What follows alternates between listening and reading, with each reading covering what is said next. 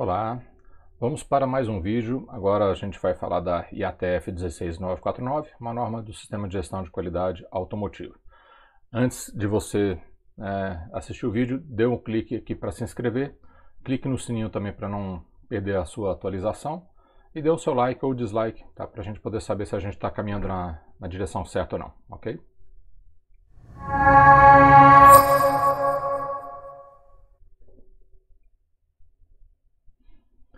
Pois é, vamos lá então falar um pouquinho da IATF.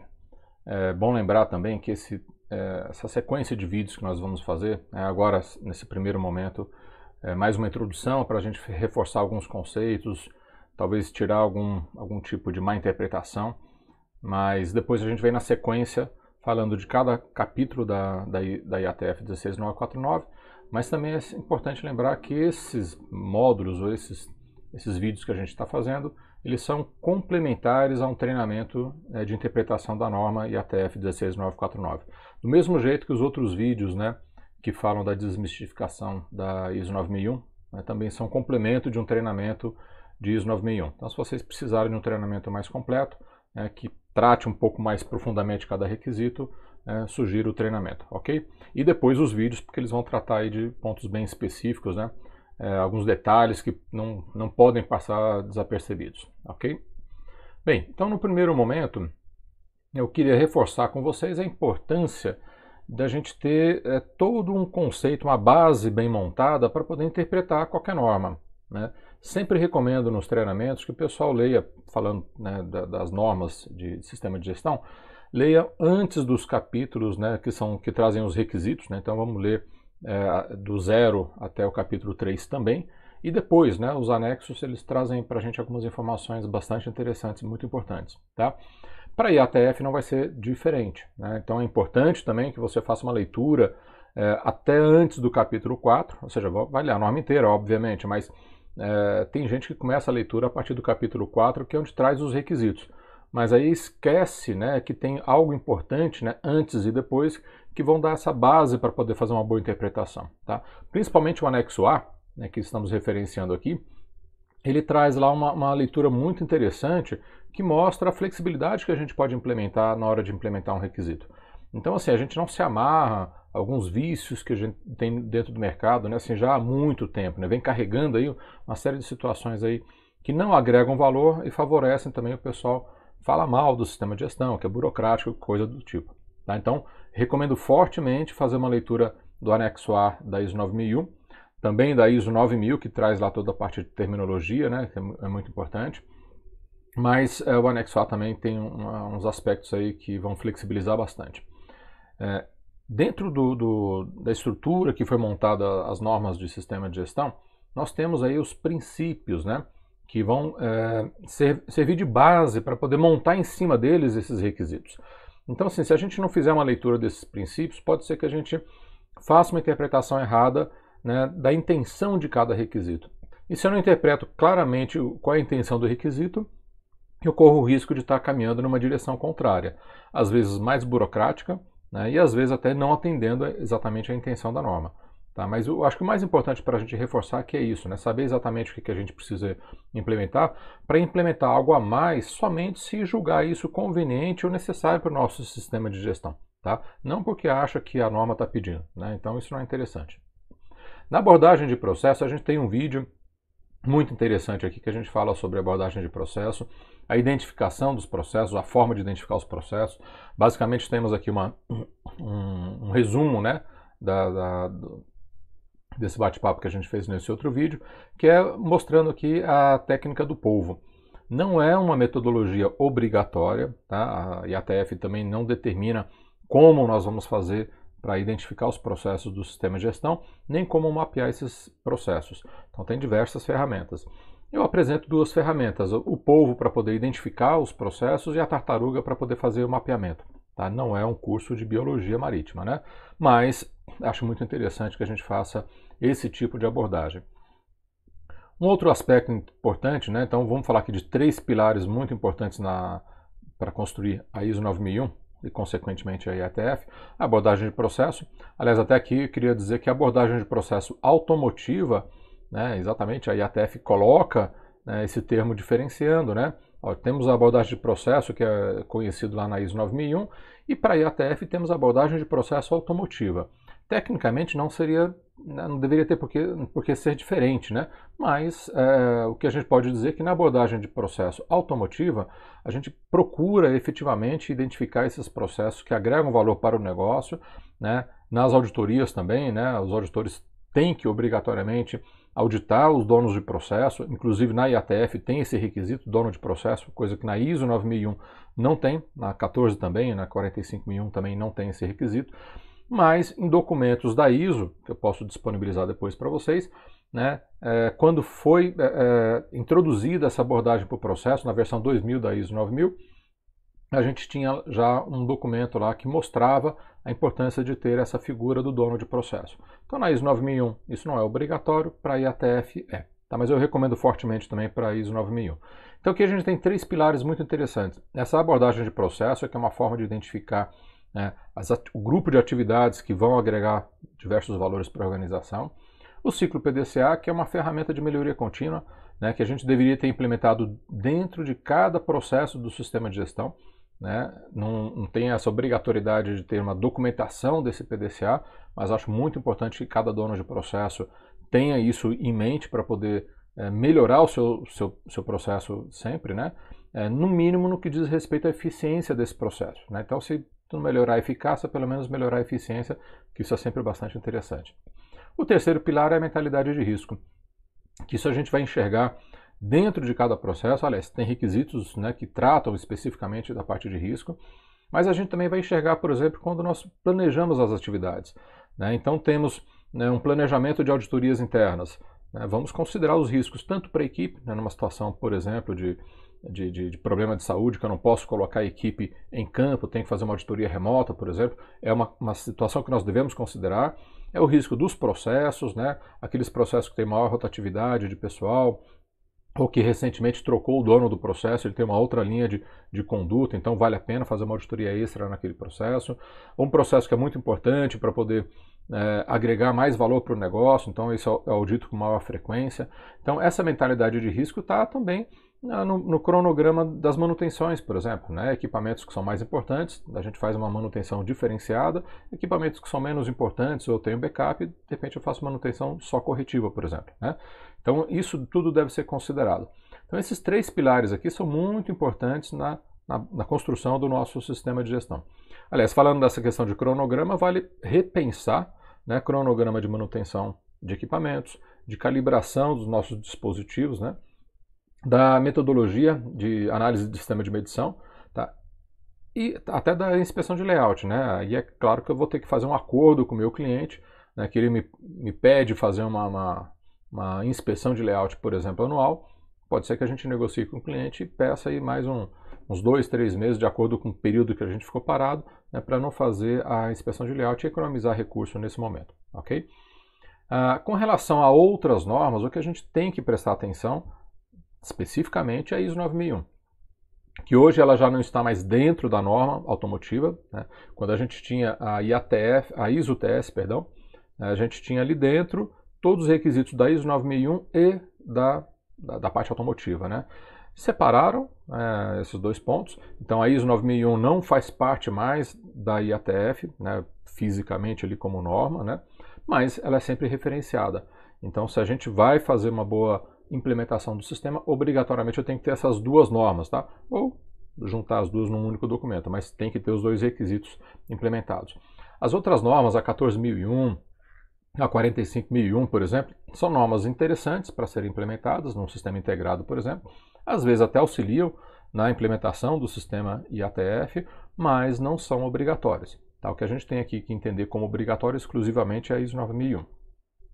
A parte de termos, né, e definições, vamos tratar aqui um pouquinho de alguns termos que a gente considera assim mais relevantes. Então, primeiro, né, leiam a ISO 9000 pelo menos uma vez. Né, tem lá uma série de fundamentos, é muito interessante para a gente até enxergar a importância da documentação, por exemplo, né, mas não vamos exceder aí as nossas necessidades. Mas tem uma série de termos, né, que devem ser lidos pelo menos uma vez. Tá? Adicionalmente, capítulo 3 da ISO 9001 e capítulo 3 da IATF. Então, da IATF eu tirei alguns pontos ali que eu considerei importantes, né, onde a gente já vivenciou algumas situações de não conformidade, que aí, né, a gente acha que vale a pena comentar aqui, né, independentemente de não conformidade ou não. Primeira distinção que eu queria fazer é em relação a esses dois termos que são utilizados, requisitos do cliente e requisitos específicos de clientes, né, ou dos clientes.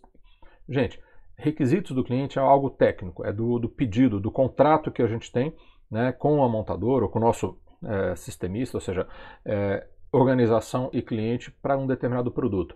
Então, o requisito do cliente vai envolver uma especificação técnica do produto, especificação de teste, prazo de entrega, quantidade, qualquer coisa desse tipo. Tá? É uma análise comercial que é feita ali, vamos lembrar lá do 8.2, tudo bem? Da norma. Já requisito específico do cliente, isso tem a ver com o sistema de gestão da organização.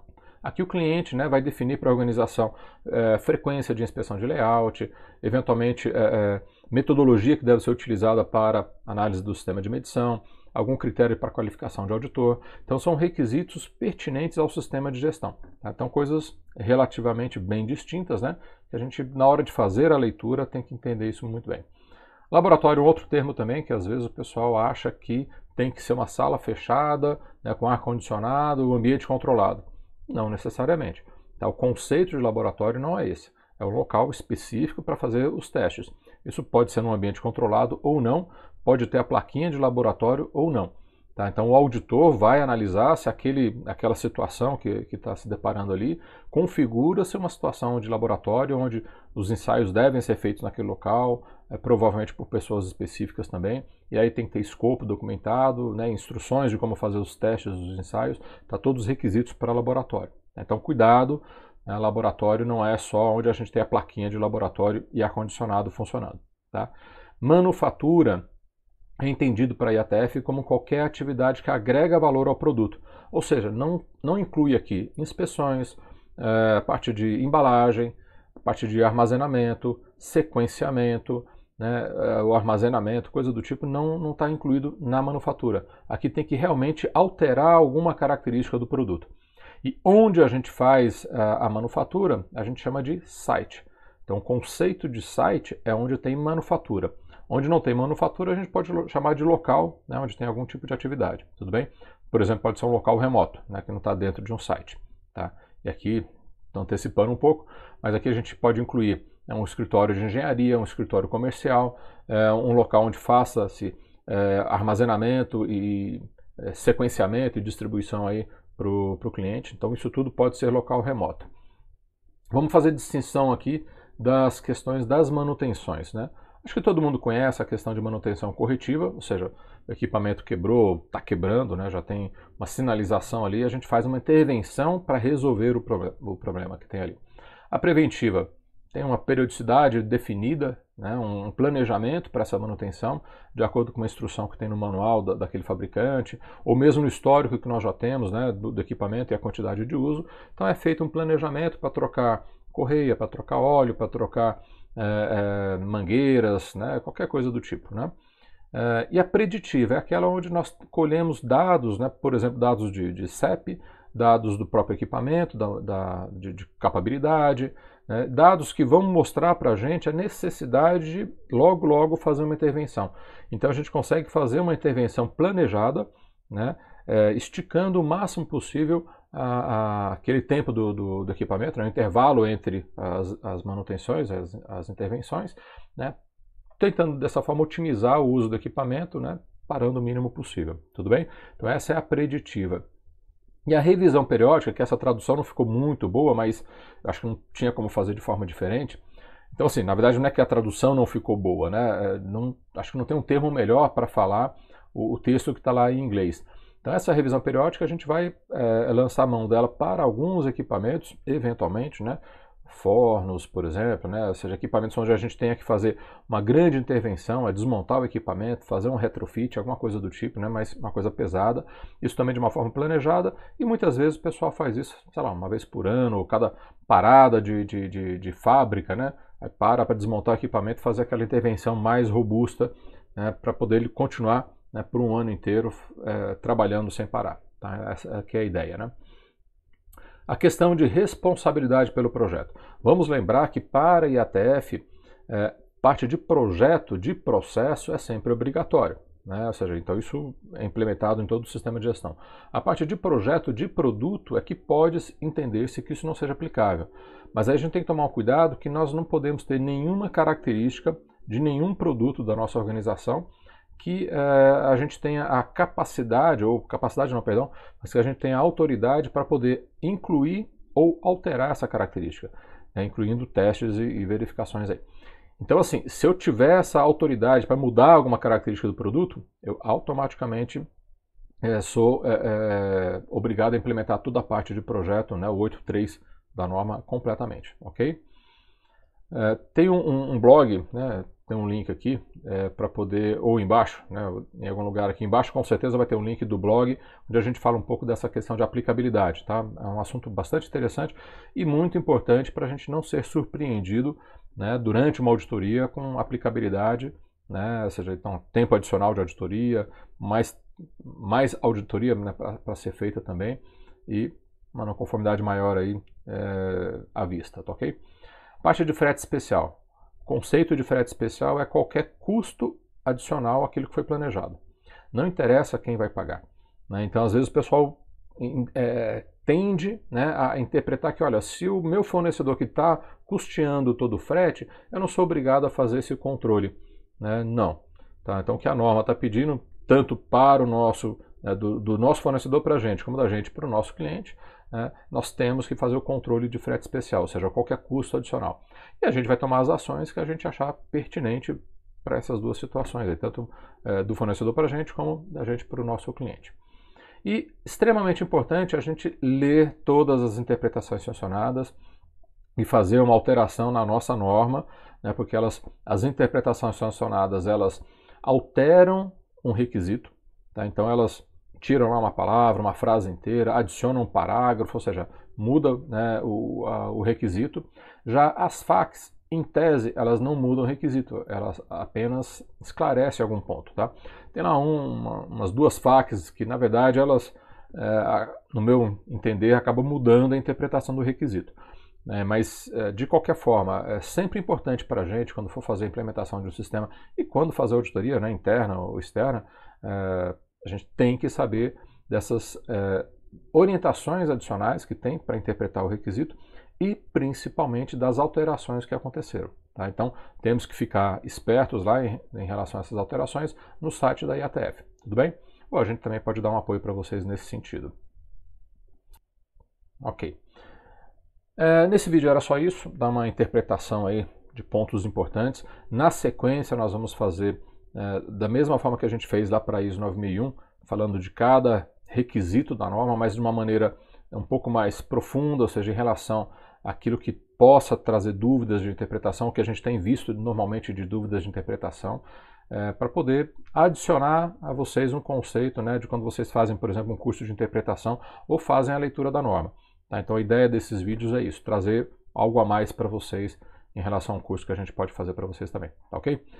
Gente, um grande abraço, né? Fiquem com a gente aí para os próximos vídeos. Não se esqueçam de se inscrever no canal, clicar no sininho para serem atualizados e dar um ok, né, ou não ok, para a gente poder saber se a gente está indo na direção certa ou não, ok? Um abraço, até o próximo vídeo.